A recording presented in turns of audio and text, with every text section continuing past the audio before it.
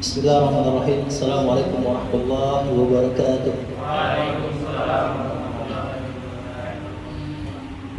Alhamdulillah. Alhamdulillah alladzi khalaqas samawati wal ardi wa ikhtilafil laili wan nahar. Asyhadu an la ilaha illallah wahdahu la syarika lah wa asyhadu anna Muhammadan abduhu wa rasuluhu la nabiyya ba'dahu. Rabbi shrah li sadri wa yassir li amri wahlul 'uqdatam min lisani yafqahu qawli. Allahumma faqqihna fid-din wa 'allimna ta'wil ya arhamar rahimin. Bapak-bapak, teman-teman, abang-abang, mas-mas yang dimuliakan Allah Subhanahu wa taala. Kembali kita bersyukur kepada Allah dengan mengucapkan alhamdulillahirabbil alamin. Shalawat dan salam kepada baginda Nabi dan mengucapkan Allahumma shalli ala sayyidina Muhammad wa ala ali sayyidina Muhammad. Ini adalah pertemuan yang sangat luar biasa sekali. Karena kita dituntut oleh Rasulullah SAW untuk belajar ilmu. Kalau seandainya kita beribadah tanpa ilmu, maka ibadahnya ini jadi bermasalah. Makanya kata Allah dalam Al-Quran itu, liyabluwakum ayyukum ahsanu amala. Siapa yang diantara kalian ibadahnya itu yang paling terbaik. Nah, bagaimana kalau seandainya ibadah kita nggak terbaik atau ibadah kita biasa-biasa aja, artinya nggak punya ilmu, ibadahnya bermasalah. Maka yang dimaksud dengan ahsanu amala, walaupun ibadahnya sedikit, tetapi dia paham tentang ibadah itu, maka orang yang seperti ini dimuliakan oleh Allah Subhanahu wa taala. Itu yang pertama. Yang kedua, kata Rasulullah SAW, man kharaja, barang siapa yang keluar fi talabil ilmi, untuk mencari ilmu, untuk menuntut ilmu, fahuwa fi sabilillah hatta yarji'a, maka dia dikategorikan orang yang jihad di jalan Allah Subhanahu wa taala, hatta yarji'a, sampai dia kembali ke rumahnya masing-masing. Nah, ketika kita keluar dari rumah kita menuju ke sini atau ke masjid taklim yang lainnya, tujuannya cuma satu, yaitu untuk menuntut ilmu, bukan untuk mencari anak gadis atau mencari janda. Nah, gitu ya. Tujuannya cuma satu, yaitu untuk belajar. Nah, orang yang tujuannya belajar, maka dia tersebut termasuk golongan orang-orang yang jihad di jalan Allah Subhanahu wa taala. Nah, kalau sampai pertengahan jalan dia dicabut nyawanya oleh Allah, mati dia di saat itu, maka dia dikategorikan syahid di jalan Allah. Surga sudah menantinya. Ya, 70 bidadari sudah menantinya dalam surga. Masya Allah. Ratunya siapa? Istri kita di dunia. Kalau yang belum nikah gimana? Ya, musibah. Gitu ya. Nah, itu yang kedua. Hadis yang lain, kata Rasulullah SAW, majtama'a qaumun, tidaklah suatu kaum berkumpul, majtama'a qaumun fi baitin, di rumah, min buyutillah, ya dari rumah-rumahnya Allah Subhanahu wa taala. Artinya apa? Illa wa dzakarahumullah fi man indah, majtama'a qaumun fi baitin min buyutillah. Tidaklah suatu kaum itu berkumpul untuk mencari ilmu Allah Subhanahu wa taala, rumah ke rumah, belajar di masjid-masjidnya Allah, di majelis ta'lim.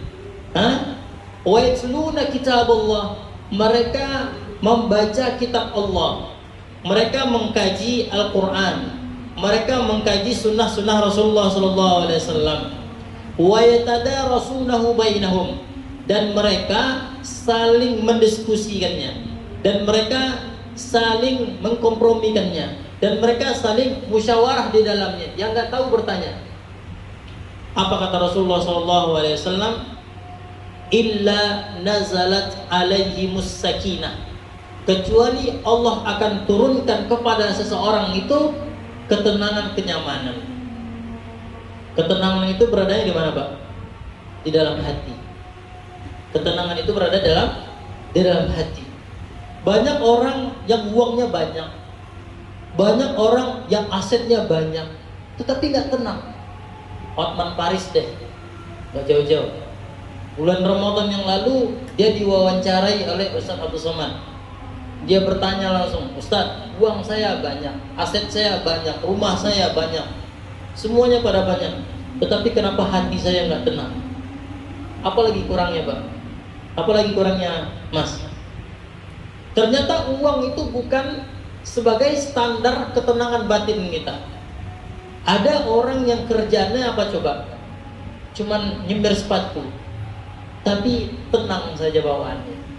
Kenapa? Karena hatinya terpaut kepada Allah Subhanahu wa Ta'ala. Banyak orang-orang kaya nggak tenang, Pak. Dan itu ada jemaah saya, yang ngomong seperti ini. Saya dulu apa yang nggak sama saya? Keluar negeri, sudah hampir tiap bulan saya keluar negeri. Kemana? Ke Turki, kemana, semuanya sudah saya kunjungi semuanya. Tetapi kenapa kok hati saya nggak tenang? Rumah jangan ditanya lagi, kehidupan malam jangan ditanya lagi, tetapi hati saya gelisah. Ya. Tetapi ketika saya telah mengenal agama Allah, saya belajar ilmu agama Allah, ternyata uang bukanlah segala-galanya.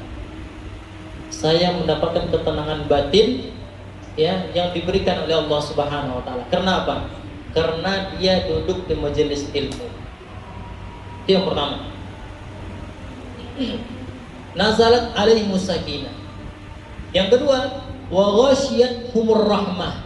Allah Subhanahu wa Ta'ala menurunkan kepada seseorang rahmat. Rahmat kasih sayangnya Allah. Dengan rahmat Allah kita saling mengenal. Saya kenal dengan Mas Lutfi, saya kenal dengan Mas Nanda, saya kenal dengan Mas Ali Imran, saya kenal dengan teman-teman yang lainnya. Allah turunkan rahmat kasih sayang. Kasih dan sayangnya Allah. Yang ketiga, yang paling istimewa adalah wa dzakarahumullahu fi man indah. Allah menyebut nama orang-orang yang di majelis ilmu, ya, di majelisnya para malaikat. Masya Allah. Ini luar biasa. Allah menyebut nama seseorang di majelisnya para malaikat. Si fulan, si fulan, si fulan, si fulan. Kemudian para malaikat minta kepada Allah, Allahumma ighfir lahu ya Allah, ampunkan dia ya Allah, Allahumma arhamhu ya Allah, sayangi dia ya Allah, kasihi dia ya Allah. Itu orang yang di majelis ilmu. Nah, bagaimana kalau seandainya dia enggak di majelis ilmu? Bagaimana kalau seandainya dia sibuk di majelis maksiat? Bagaimana kalau seandainya dia sibuk di majelis yang tidak mendatangkan rahmat Allah Subhanahu wa Ta'ala? Apa balasan dari Allah Subhanahu wa Ta'ala? Maka orang tersebut, ya, disebut-sebut oleh para malaikat, tetapi bukan kebaikannya.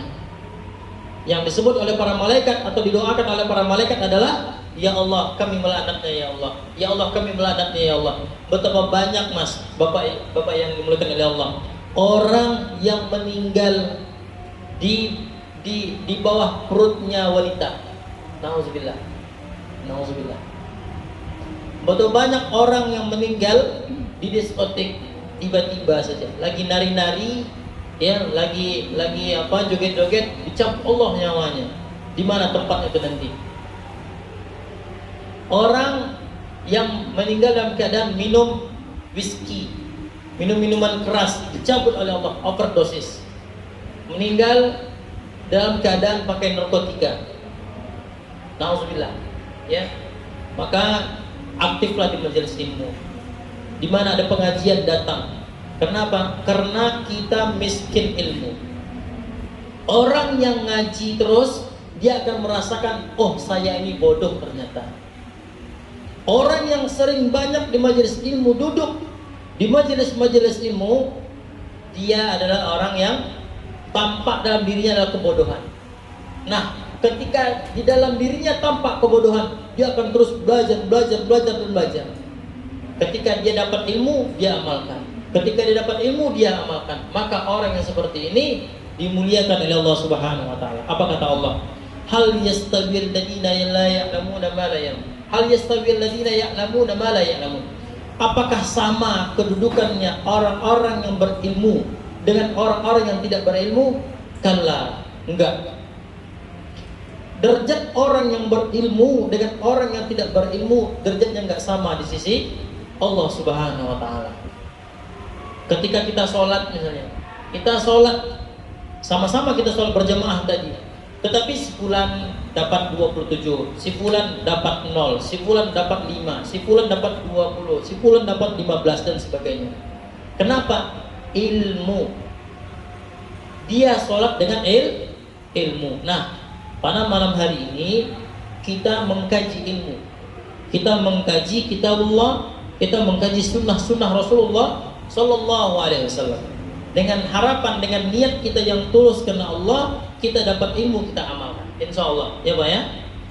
Baik, itu pengantar saja bahwa kita wajib untuk menuntut ilmu pengetahuan, khusus ilmu agama Allah Subhanahu Wa Taala. Ilmu bengkel kita dalamin, ya nggak Pak? Ya nggak? Ilmu nyalon mobil kita dalamin gitu.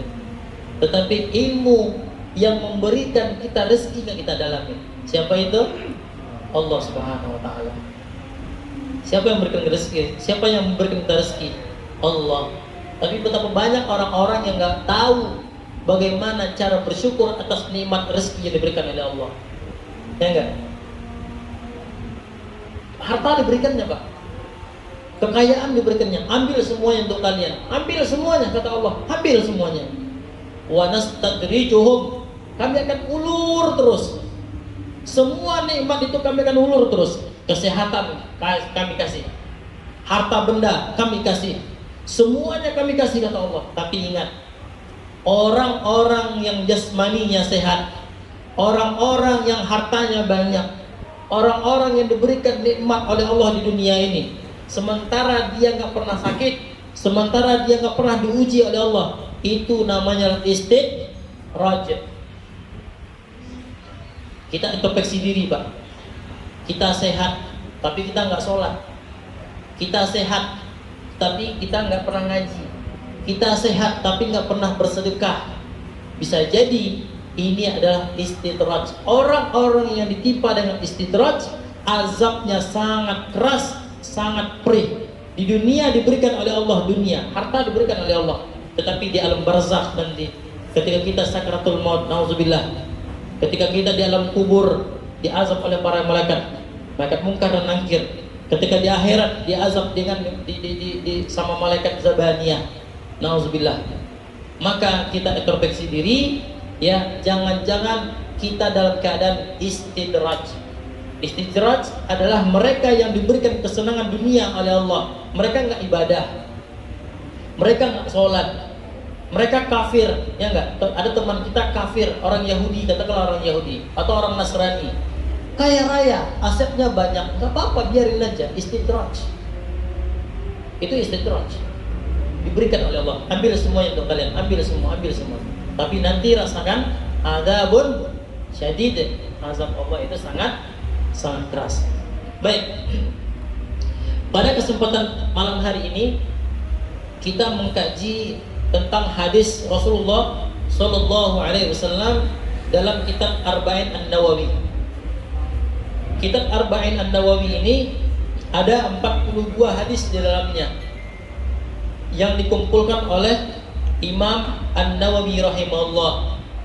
Imam An-Nawawi rahimahullah. Nah, apa saja kata para ulama?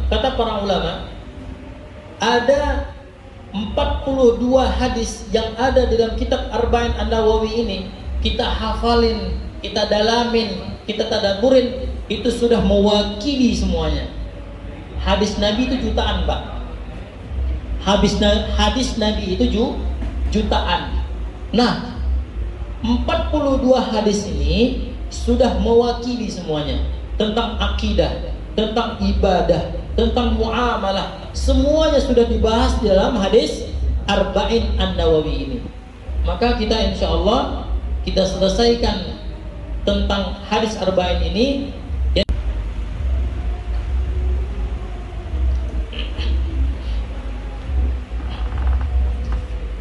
Kalau bapak-bapak nggak ada kitabnya, bisa di-download ya, di Play Store juga ada.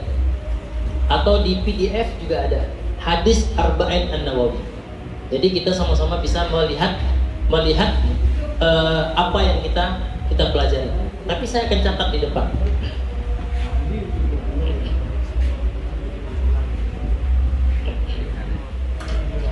Hadis ini diriwayatkan oleh Imam Bukhari dan Imam Muslim dari jalurnya Umar bin Khattab radhiyallahu anhu. Nah, an Abi Hafsin an Umar bin Khattab radhiyallahu anhu. Umar bin Khattab ini, ya, Umar bin Khattab, sedikit bercerita tentang Umar bin Khattab. Ya, dia adalah sahabat Rasulullah sallallahu alaihi wasallam yang benci pada Islam. Ya, dia adalah sahabat Rasulullah sallallahu alaihi wasallam yang tadinya kafir dan dia ingin membunuh Rasulullah sallallahu alaihi wasallam. Dan dia punya penduduk dan dia punya umat. Kemudian apa yang didoakan oleh Rasulullah sallallahu alaihi wasallam? Allahumma ya Allah, a'izzil Islam bi umarain. Ya Allah, muliakan Islam itu dengan dua orang Umar. Yang pertama adalah Umar bin Hisham, yang kedua adalah Umar bin Khattab. Umar bin Hisham adalah Abu Jahal. Umar bin Khattab, kenapa mereka berdua ini? Karena mereka yang berdua ini, Umar bin Khattab, Umar bin Hisham, dia punya kekuatan dan dia sangat disegani di saat itu. Nah, Allah pilihlah Umar bin Khattab radhiyallahu taala anhu. Ketika beliau pilih, Allah pilih Umar bin Khattab, semua masa-masa ketika itu sebelum dakwah, sebelum terang-terangan, itu kan dakwahnya sembunyi-sembunyi, Pak. Ketika Umar masuk Islam, dakwah sudah mulai terang-terangan. Ya, bahkan Umar bin Khattab ini menerangkan, saya adalah Muslim, saya adalah Islam, Nabi saya adalah Rasulullah sallallahu alaihi wasallam. Nah, ketika itulah dakwah mulai berkembang. Itu sedikit tentang Umar bin Khattab. Nah, Umar bin Khattab ternyata, ya, Umar bin Khattab ini, bapak-bapak yang dimuliakan oleh Allah, dia adalah sahabat Rasulullah yang sangat ditakuti oleh jin, yang sangat ditakuti oleh iblis, oleh setan. Ketika Umar bin Khattab melewati suatu jalan, ya di sana ada iblis, maka iblis akan mencari jalan yang lainnya. Jin akan mencari jalan yang lainnya, jin kafir maksudnya. Kenapa? Karena nggak mampu melihat, menatap wajahnya Umar bin Khattab radhiyallahu anhu. Kenapa kok bisa begitu Umar bin Khattab, Pak? Kalau kita, jangankan setan lari sama kita, ya, tiap malam kita mimpi setan terus, ya nggak, Pak? Ngigau-ngigau, ya, mimpi kuntilanak lah, mimpi genderuwo lah, gitu ya. Kalau Umar bin Khattab nggak berani itu. Baik.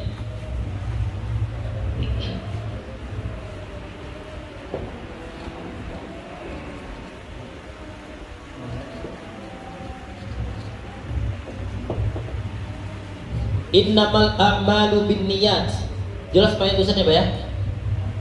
Kasih baris lah.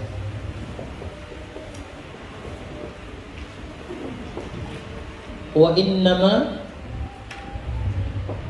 likulli imri'in ma nawa. Baik, kita bahas dulu.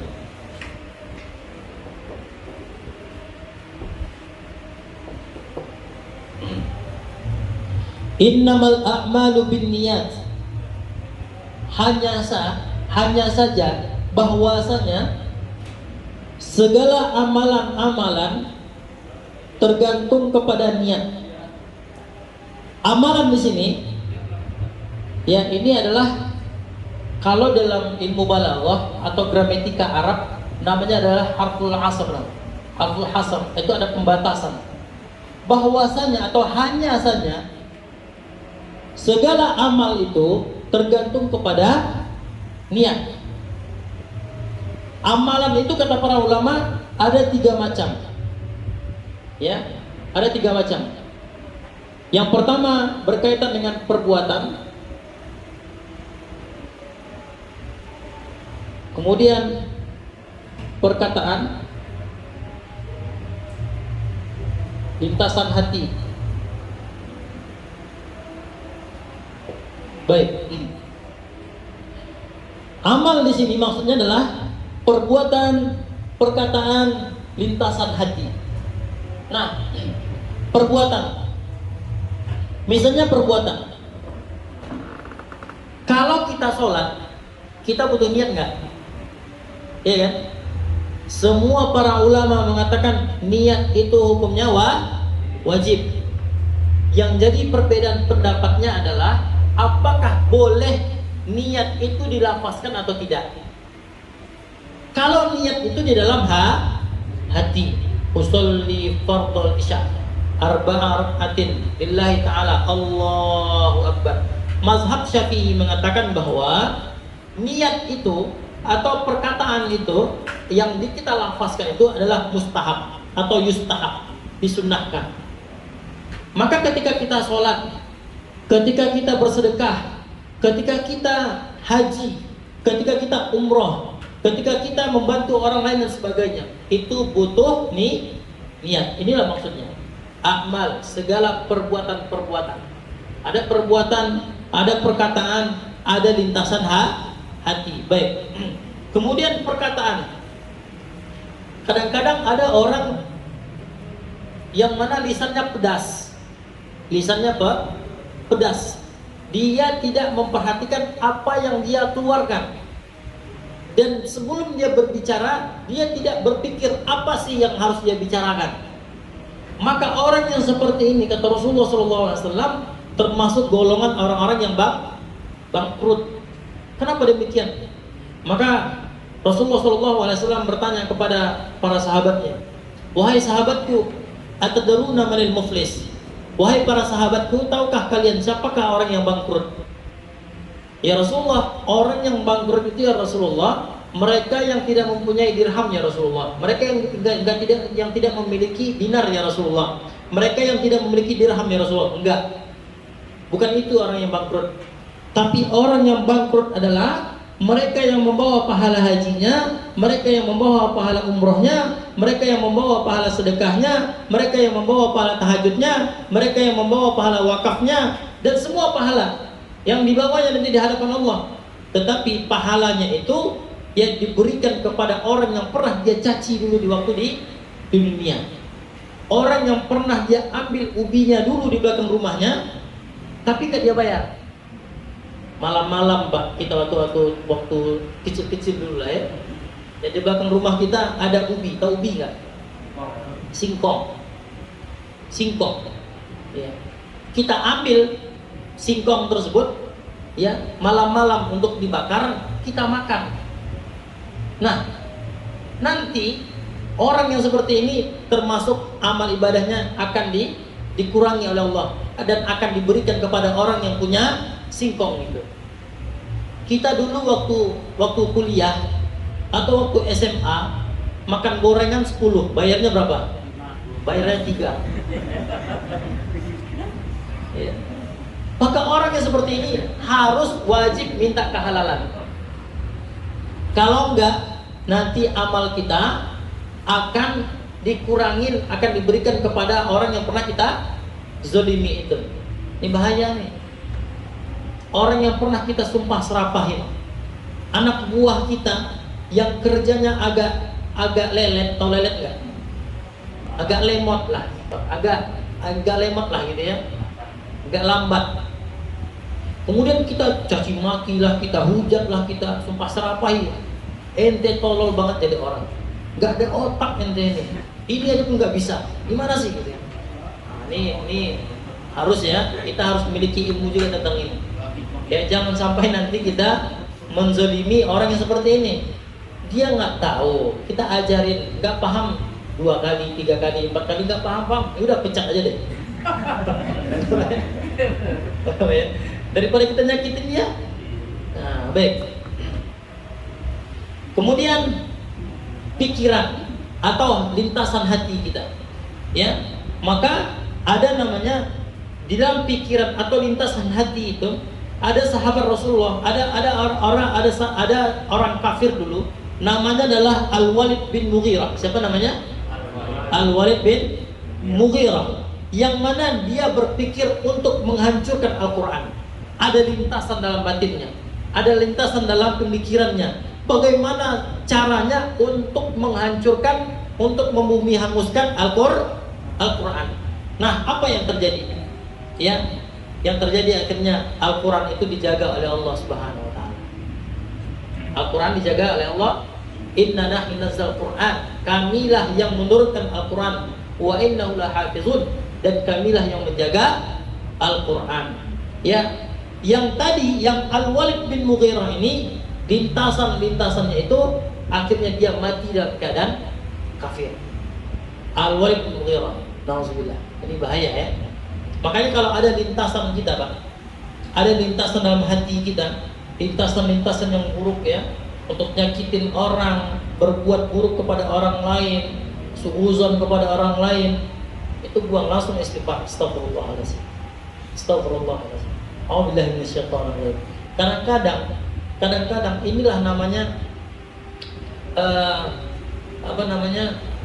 bukan Qorin ya, Qorin namanya. Qorin itu ya tugasnya apa? Untuk membisiki kepada manusia kepada keburukan-keburukan. Maka semua Qorin itu adalah kafir. Semua Qorin itu adalah jin yang dikirim oleh Allah untuk menguji manusia. Ya. Kemudian jin ini untuk membisikkan kepada si manusia untuk berbuat jahat. Seperti sales lah istilahnya. Ya, seperti sales. Nah, si Qorin ini selalu membisikkan kepada kita, ayolah kerjakan ini, ayolah lakukan ini, ayolah seperti ini, ayolah berzina, ayolah mencuri, ayolah macam-macam lah. Nah, disitulah keimanan itu berguna. Kalau kita punya hati nurani, hati kita bersih sebenarnya. Ya, kita langsung baca istighfar, astagfirullahalazim, a'udzubillahi minasyaitonir rajim, a'udzubillahi minasyaitonir rajim. Insyaallah bisikan itu akan hilang. Baik, sampai sini paham ya? Baik. Niat bin niat, a'malu bin niat. Niat itu apa sih? Niat ini secara bahasa adalah al-qasdu, yaitu menyengaja. Apa artinya? Mengaja. Qasdu syai' muqtarinan bi fi'lih. Tetapi maksud daripada qasdu syai' atau niat tadi adalah ketika kita hendak melakukan perbuatan tersebut, kemudian langsung hari itu kita lakukan. Artinya mengiringi. Ya. Ketika kita sudah ada lintasan di dalam batin kita, di dalam pikiran kita, kemudian langsung kita eksekusi. Itu niat. Makanya kalau kita berniat itu insya Allah. Kalau kita ingin misalnya pergi umroh nih, insya Allah tahun depan kita berangkat umroh ya. Kita berniat. Niat kita, artinya apa? Kita tabung duit kita usaha lah. Nah, ketika kita tabung niat kita, otomatis kita sudah berniat ya untuk melaksanakan umroh. Ada uang, kita berangkat. Itu namanya niat. Nah, segala macam niat tersebut akan dinilai ibadah oleh Allah Subhanahu wa ta'ala. Bagaimana kalau seandainya kita sudah berniat tetapi enggak terlaksanakan? Makanya orang yang berniat dapat pahala satu. Kemudian orang yang berniat, kemudian dia langsung amalkan, dia dapat pahala dua. Itu luar biasanya. Bagaimana kalau seandainya dia berniat saja, kemudian dia meninggal dunia? Nenek saya atau adik emak saya di kampung, dia berniat untuk melaksanakan ibadah haji. Tahun ini berangkat sebenarnya, atau tahun besok dia berangkat. Tetapi Allah cabut nyawanya. Niatnya sampai pergi haji, tetapi jasadnya enggak sampai ke Baitullah. Kita harus begitu, Pak. Kita diberikan rezeki oleh Allah, tetapi kita niatnya untuk apa? Maka kata Rasulullah SAW, "Tsumma yub'atsuna 'ala niyyatihim." Ada orang nanti di padang mahsyar dibangkitkan oleh Allah Subhanahu wa taala sesuai dengan niatnya. Yub'atsuna 'ala niyyatihim. Mereka dibangkitkan sesuai dengan kadar niatnya. Nah, ketika niat kita di dunia ini adalah untuk mengejar dunia, maka Allah akan kumpulkan kita, Allah akan bangkitkan kita bersama si Qarun, sama si Haman, sama si Fir'aun dan sebagainya. Itu kalau niat kita atau perbuatan kita ya untuk mengejar dunia. Tetapi kalau seandainya kita berniat kita di dunia ini ada untuk beribadah kepada Allah, sama siapa kita dibangkitkan nanti? Bersama Rasulullah Sallallahu Alaihi Wasallam. Maka kata para ulama, kita harus ada namanya tajdidun niyah. Apa itu tajdidun niyah? Selalu memperbaharui niat kita. Kita hidup ini niatnya untuk apa? Kita diberikan nafas oleh Allah, untuk apa niatnya? Kita dititipkan harta oleh Allah, niatnya untuk apa? Kita diberikan istri 4, niatnya untuk apa? Mas P ini ketawanya terbuka ini kayaknya.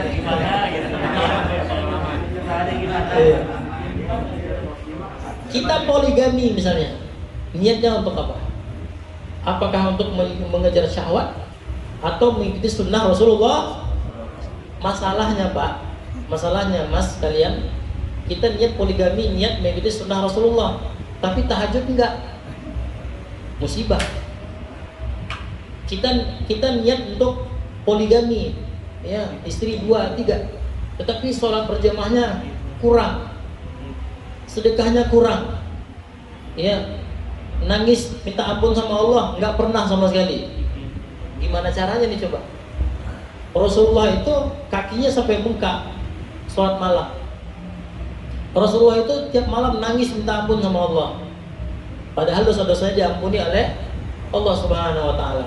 Rasulullah itu sampai-sampai Siti Aisyah karamallahu wajhah radhiyallahu anha komen, bilang sama Rasulullah begini, ya Rasulullah, kenapa engkau melakukan hal seperti ini ya Rasulullah?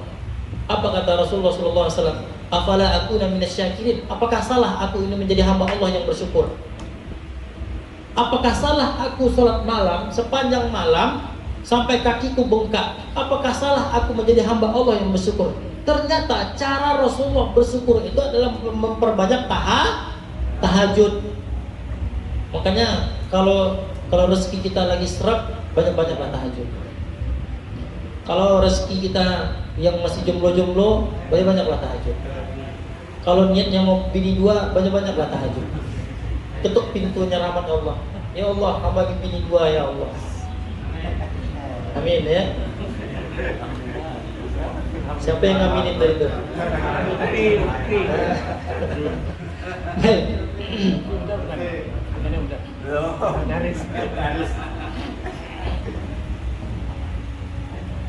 Sampai jam berapa nih? Jam makannya kayaknya sudah pada lapar perutnya.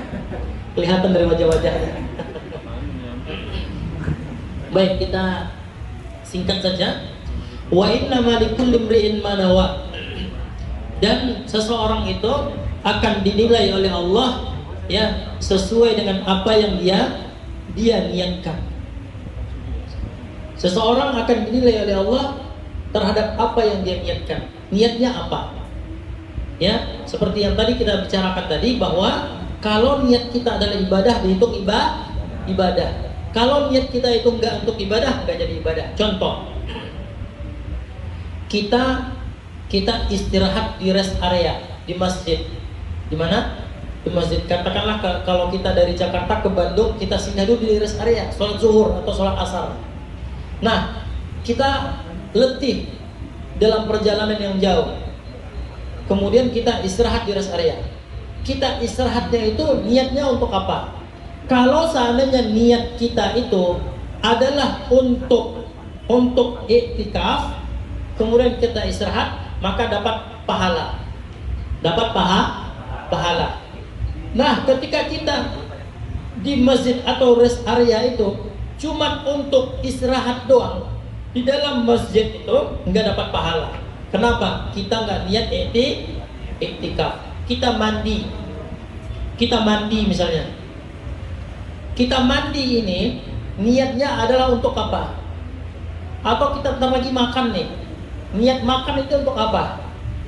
Apakah kita cuma untuk menambah tenaga doang, atau untuk ketika kita bertambah tenaga kita, bertambah ibadah kita. Kalau seandainya niatnya makan itu untuk menambah ibadah kita kepada Allah, supaya berdiri di tulang kita, tulang punggung kita tegap berdiri untuk menunaikan ibadah Allah, ibadah kepada Allah Subhanahu wa taala, maka dihitung ibadah. Nah, ketika kita makan itu niatnya untuk mengenyangkan perut saja, nggak dapat ibadah, nggak dapat pahala di sisi Allah Subhanahu wa taala. Termasuk menikah. Kita niat menikah itu untuk apa? Kita niat sholat itu untuk apa? Kita niat zakat itu untuk apa? Semuanya butuh niat. Kalau seandainya nggak berniat, maka nggak dapat pahala di sisi Allah Subhanahu wa taala. Wallahu taala alam bissawab. Insyaallah minggu depan kita lanjutkan hadis tentang niat, ya, pertemuan yang kedua. Mungkin sampai di sini ada tambahan, silakan.